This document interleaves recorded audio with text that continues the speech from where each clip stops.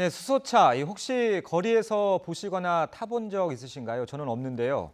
아직 낯선 분들이 많으실 겁니다. 이 대통령이 3대 전략 투자 분야로 지원하겠다고 했는데 이 수소차가 뭔지 짚고 넘어가겠습니다. 이호근 대덕대학교 자동차학과 교수 연결돼 있습니다. 안녕하십니까? 예, 안녕하세요. 자, 먼저 이 수소차 어떻게 가는 건지 기존 이 휘발유나 LPG 차량과는 어떻게 다른지 좀 설명을 부탁드리겠습니다. 예, 일단 수소차라는 용어에 조금 수정이 필요합니다. 왜냐하면 예전에 수소를 엔진에 직접 넣어서 불꽃으로 태워주는 좀 전에 말씀하신 LPG 같이 가스 연료로 직접 사용한 차량들이 좀 출시가 됐었거든요.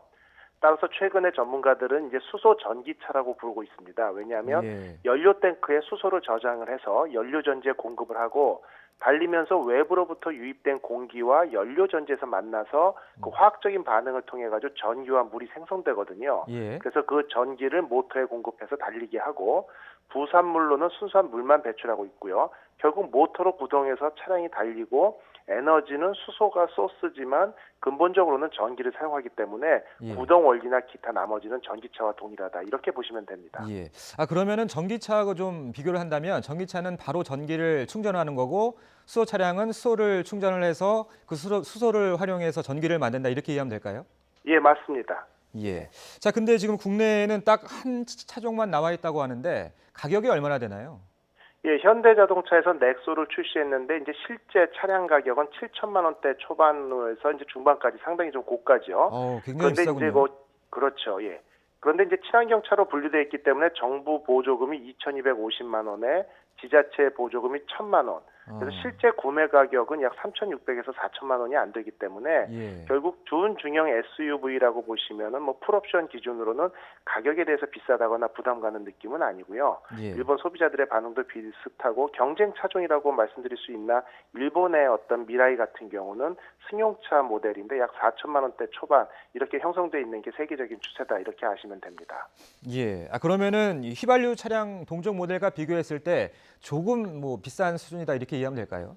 그렇죠. 승용차로 보면 약 10에서 20% 정도, 예. SUV 모델로 봐도 풀옵션 모델로 본다라고 하면은 막 10% 내외의 가격이 좀 높다 이렇게 보기 때문에 예. 가격적인 면에서 보조금을 받는다라고 하면은 예. 비싸다는 느낌은 전혀 들지 않았기 때문에 저 같은 경우는 한 일주일 정도 시승을 했었거든요. 예. 그렇기 때문에 가격보다는 일단은 보조금의 어떤 지원 규모나 시기 이런 것들이 차량 구매의 어떤 핵심으로 작용할 수 있다 이렇게 볼 수 있습니다. 그러면은 이 넥소는 국내에서 얼마나 팔렸습니까? 올해 들어서 이제 300대 수준이 판매되었는데 계약 요청은 실제 2,500대 수준이거든요. 그래서 이 정도로 많은 인기를 끌고 있지만 여러 가지 지역별 어떤 할당량이나 보조금 문제 때문에 현재 약 300대 정도가 판매된 게 현재 총량이라고 볼 수 있습니다. 예. 생각보다는 그렇게 많이 팔리지는 않은 것 같군요. 예, 그런데 이제 이 부분이죠. 결국은 그 보조금이 생각보다 이제 시민들이 생각하기에는 많이 책정돼 있다 이런 부분이거든요. 예. 그래서 이렇게 경쟁률이 초창기에 250대 수준으로 판매를 한다라고 했는데 1,900여 대, 2,000대 가까이 8배 이상 늘어났다는 얘기는 보조금이 상당히 많이 책정됐다 이렇게 볼 수 있는 것이고 예. 물론 일본 대비 적절한 보조금의 규모지만 이럴 때는 오히려 보조금을 조금 더 낮추고 판매 대수를 늘릴 수 있도록 조절을 하면 예. 실제 여러 대를 가능한 한 동시에 운행을 하면서 전체적인 시스템의 문제점, 충전소 설립이 필요한 지역 이런 부분에 대해서 인프라 구축에 많은 도움이 되기 때문에 저는 오히려 전문가 입장에서는 청취자나 시청자분들은 서운하실지 모르지만 보조금을 좀 줄이고라도 대수를 늘리는 게 맞지 않나 이런 생각을 갖고 있습니다. 예. 장기적으로 봤을 때는 비싼 기름값이 안 들고 이 당장 차 살 때 정부가 보조금도 주니까 이 경쟁성이 좀 있을 것 같은데 어떻게 볼 수 있을까요?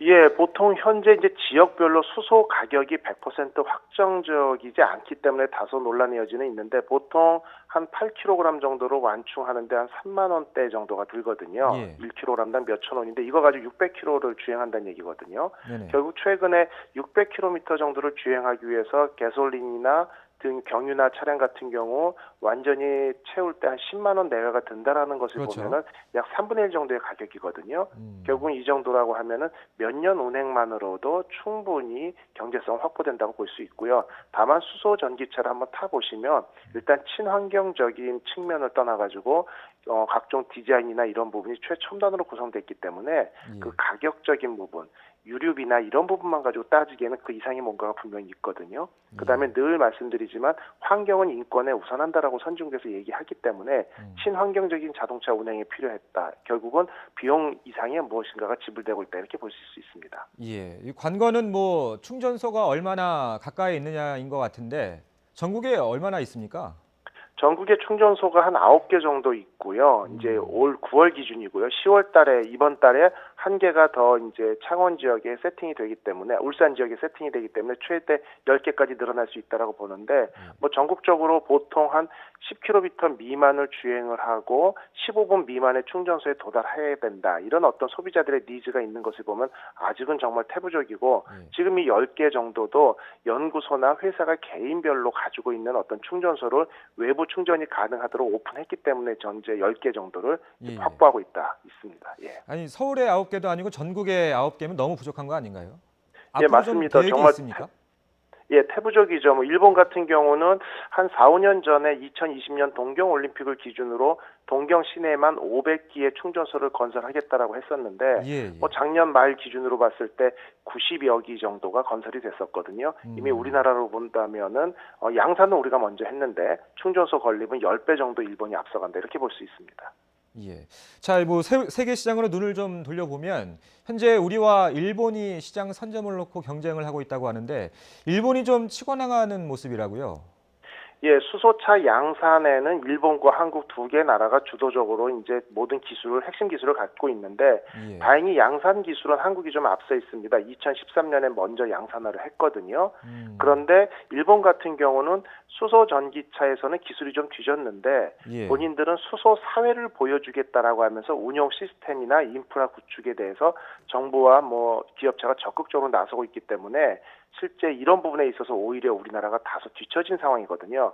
결국 적극적인 규제 완화를 통해 가지고 우리가 오너십을 유지할 수 있는 부분이 상당히 중요하다고 볼 수 있습니다. 자, 끝으로 수소차를 우리가 더 잘 이용하고 또 수출도 많이 해서 이 새로운 미래 먹거리로 만들려면 정부와 기업이 좀 공조가 잘 이루어져야 할 것 같군요. 교수님 생각은 어떠십니까?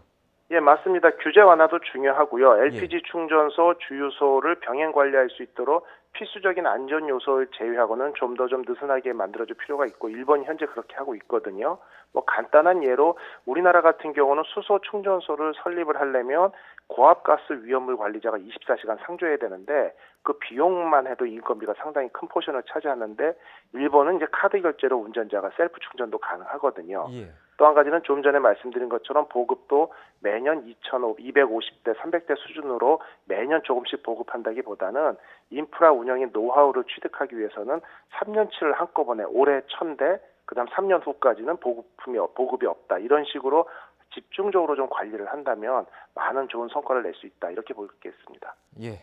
자, 오늘 말씀 여기까지 듣겠습니다. 지금까지 이호근 대덕대학교 자동차학과 교수 이야기 들어봤습니다. 고맙습니다. 감사합니다.